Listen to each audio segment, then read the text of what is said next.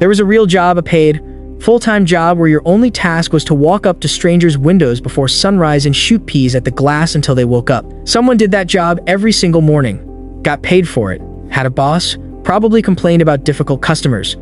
That job was called a knocker-upper. And it is just one of dozens of jobs that used to be completely normal that no longer exist at all. Some of them are funny, some of them are deeply strange. And at least one of them will make you quietly terrified about your own job right now.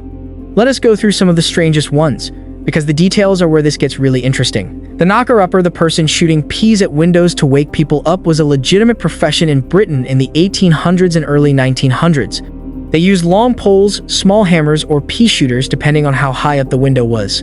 Some knocker-uppers were known for being particularly reliable. People paid more for the really punctual ones. They were replaced by the electric alarm clock. Not slowly, very quickly, once electric clocks became affordable, one technology and an entire profession just stopped. Then there was the lector. In the early 1900s, cigar factories, particularly in Cuba and Florida, employed a person called a lector, whose entire job was to stand on a raised platform in the middle of the factory floor and read aloud while everyone worked. News, novels, political essays. The workers would vote on what got read. The lector was eventually replaced by the radio. But here's what is interesting: the workers in many factories went on strike over the introduction of radios because they preferred a human reading to them over a machine. They lost. The lectors were gone by the 1930s. Now the Tosher. This one is genuinely hard to believe. I have to admit something. I started researching this topic because I thought it would just be a fun, weird list. Funny old jobs, a quick laugh, nothing heavy. But the further I went into it, the more uncomfortable I got. Because when you actually sit with these stories, really sit with them, you stop laughing pretty quickly. You start asking a different question. Not can you believe people used to do that? But what do people right now do that will look exactly like this in 50 years? Share your thoughts on that in the comments. In Victorian London, Toshers broke into the sewer system illegally, by the way, and crawled through raw sewage looking for anything valuable. Coins that had fallen through drains, pieces of metal, copper scraps, bones. Whatever they could find, they sold. It was filthy, dangerous, and technically criminal after 1840, when entering the sewers without permission became illegal. But people kept doing it anyway because there was money in it. The sewers of London were so full of discarded valuables from the city above that Toshers could actually make a decent living. They did not disappear because of technology. They disappeared because the law cracked down and because the infrastructure of the city changed so that less valuable material ended up in the sewers to begin with. The Breaker Boys are in a completely different category, and this one is not funny at all.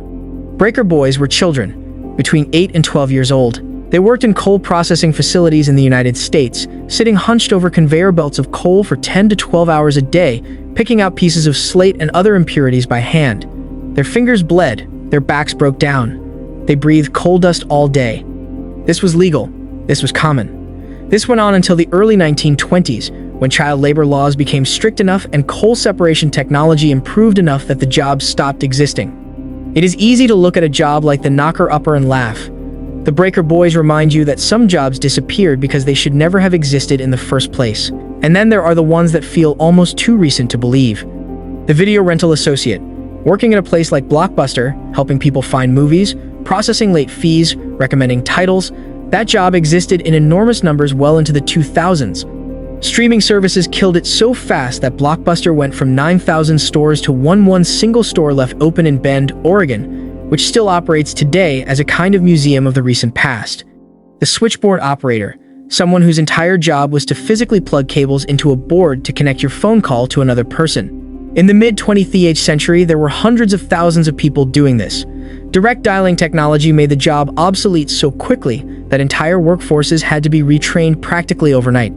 The knocker-upper shooting peas at windows, the lector reading novels in a cigar factory, the Tosher crawling through sewers, the Breaker Boys breathing coal dust, the switchboard operator connecting calls by hand. All of them were doing something that felt, at the time, completely necessary. And then the world changed, and the necessity vanished, and the job went with it. That is not a tragedy. It is just what happens. The world keeps changing. Some of what changes is progress, child labor laws, medical science, electric lighting. Some of it is just technology moving faster than anyone expected. The real question is never whether jobs will keep disappearing. They will. The question is whether you are the person who sees it coming. Subscribe, there is a lot more coming.